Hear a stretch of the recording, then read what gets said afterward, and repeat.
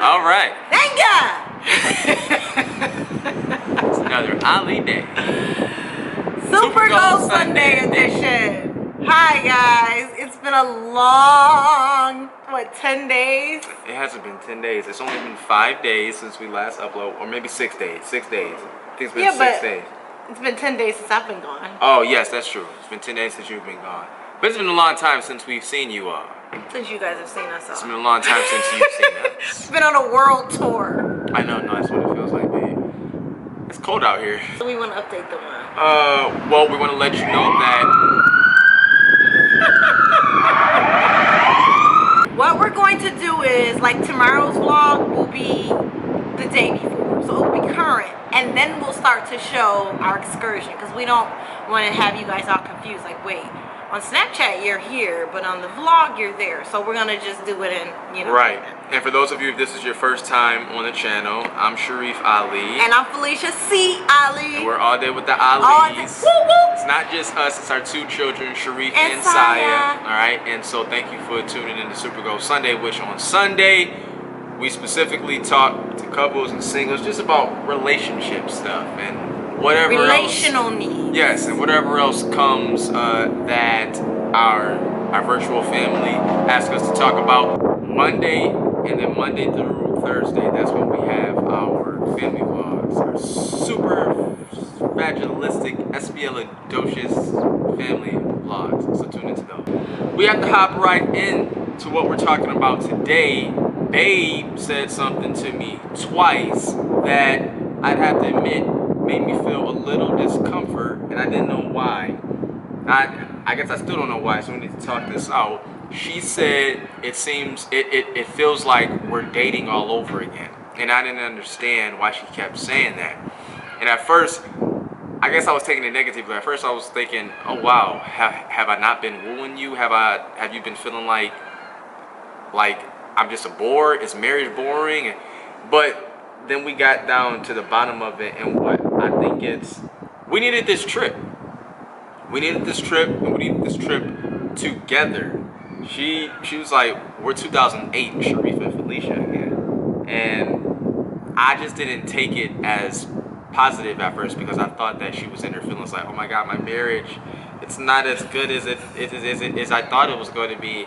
That's how I was taking it. No, silly, it's like this. Yeah, what did that?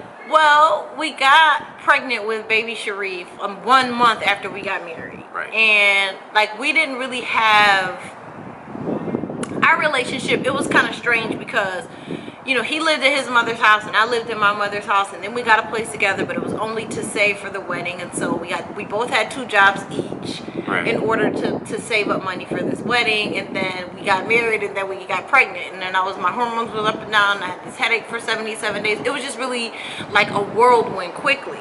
Right. And so there was I think a missing piece of, like, when we were 2008, you were living at your mom's and I was living at my mom's, and we would like drive off and get ice cream, and there was like no bills. And so if you wanted to take your whole bank account and take me to Florida, we did it. Right. We had to be broke, but we were there. Right. We did it. And so it was just you and I in this kind of refugee, if you will, type situation that we created over and over and over again for ourselves. So we always had these really bizarre experiences and experiences that really kind of turned to adventures for me. Right.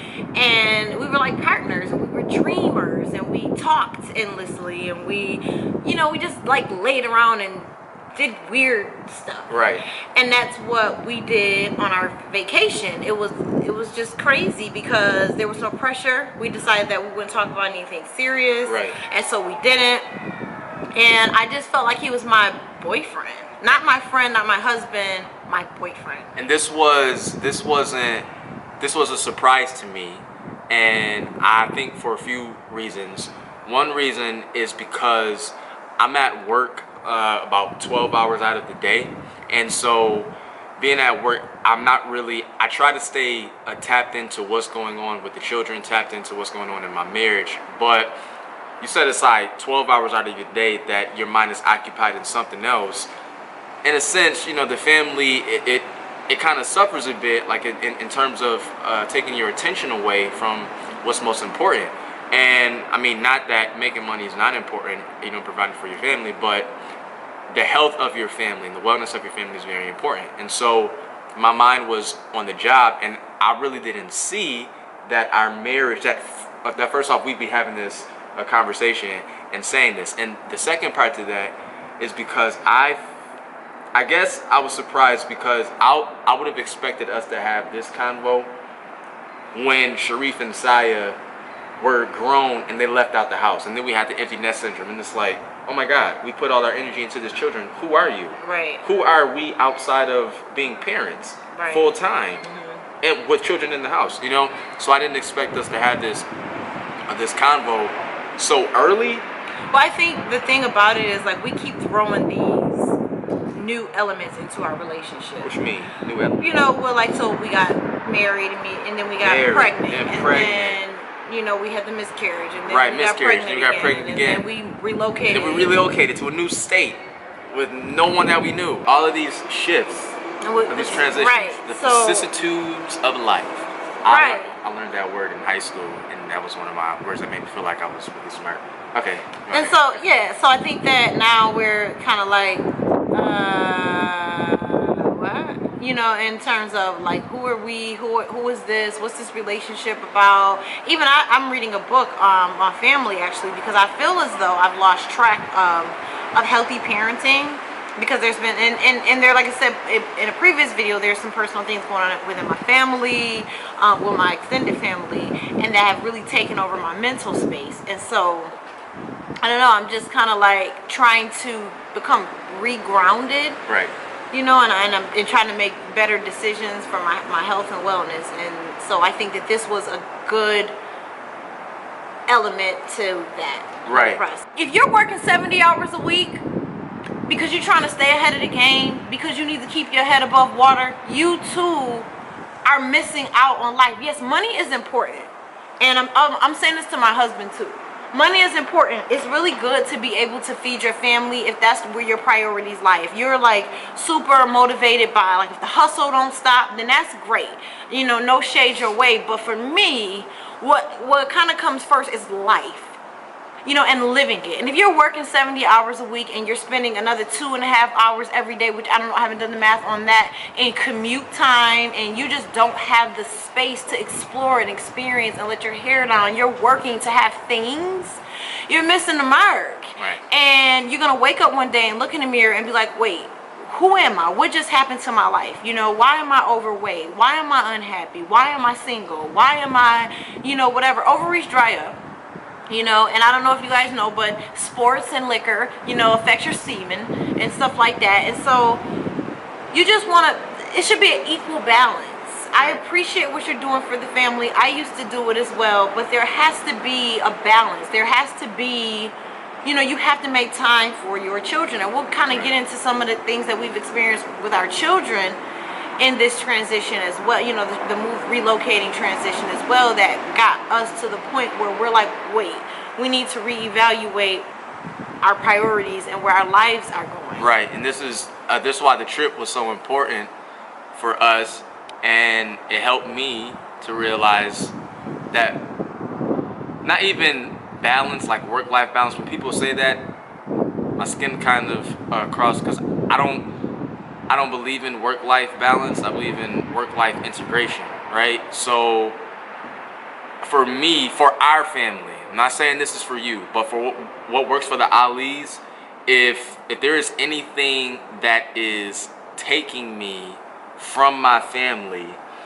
and I guess like missing out on my children's life, missing out on my wife's life, then it's not for me. And the same is for Felicia. If there's anything that's taking her attention away from this right here and our children, it doesn't work for the Alis. We all we got. It's true. Like, this is for our children. Excuse me, but this is ultimately for our children. When we work best, the children work best. And I didn't think we'd be having this conversation until we got like well into our 60s and 70s, but it's pretty good that we're having this conversation now and that we're experiencing this. At the end of the day, whether you're married or if you're single, you can be touched. Like, you're not untouchable from this conversation that we're having. Which for me is disconnection from your foundation.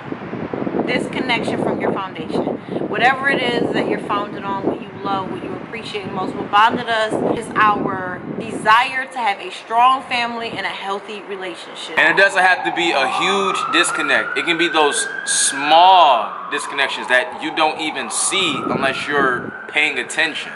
And it was funny because my husband posted something last year, Heart Over Hustle, and it came up in my Facebook memories. And what his status, what the caption said was, don't get so caught up in the movements of life that you forget the heart matters, the love matters. And I was like, this is ironic that this is something that's coming up today specifically, because we absolutely have got lost in the win and wanting to win and wanting to thrive in another state, thrive, you know, financially for our family, for our children. We have really gotten caught up, I think, and the whole family is suffering. And it's not that I felt disconnected from you. Right. I just didn't feel like we were like courting anymore. Yeah. And that's an element in relationships that is necessary. Sex is important, but courting is important as well. And friendship, I think, is a totally different conversation. Like, there's layers to relational needs, and the one thing that I think comes from courting is liking one another. Right. Ooh, that like factor, baby. That like factor, and that is what was missing. Like, we're great partners. We're handling the business, the household matters. We're dealing with the kids as best we can. We're paying the tuition. We got it. We're in our groove. You know what I'm saying? We're handling the marriage stuff. We have a healthy sex life. You know, Right. we're commenting on, oh, your hair looks good. Oh, we're checking it. But our friendship, the like. Right. And that's the thing, you know, if you're listening to this and you're saying, well, I'm doing all that stuff that you guys are saying that you're doing, but I don't dislike my partner. I didn't dislike Felicia. She didn't dislike me. But I didn't like it. Was but it was taking out time to remind ourselves why we like one another. Right. And not having to go off of a memory from last year or 2 years ago, but creating the memories in the present. So that when we wake up in the morning, we'll be like, dang, we did that. And wow, I remember. Right. It doesn't have to be this dramatic, oh my God, the family's falling apart. It doesn't have to be that. We're functioning good, but that's just it. We're functioning good. And we need to function even better than that. You know, life is happening. Transitions are happening. Our children are getting older. Change is happening. And we need to always stay ahead of the curve. You stay ahead of the curve by remembering what's most important. And like my wife said, what's your foundation? What's the foundation of your family? What's the values of your family? Follow that, and I mean, life is going to be good. Take that OV and turn it into an IK. And as always, we say, when something seems bad, turn it around and make something good. Peace. Blessings. And it doesn't have to be a big disconnect. It's those small disconnections that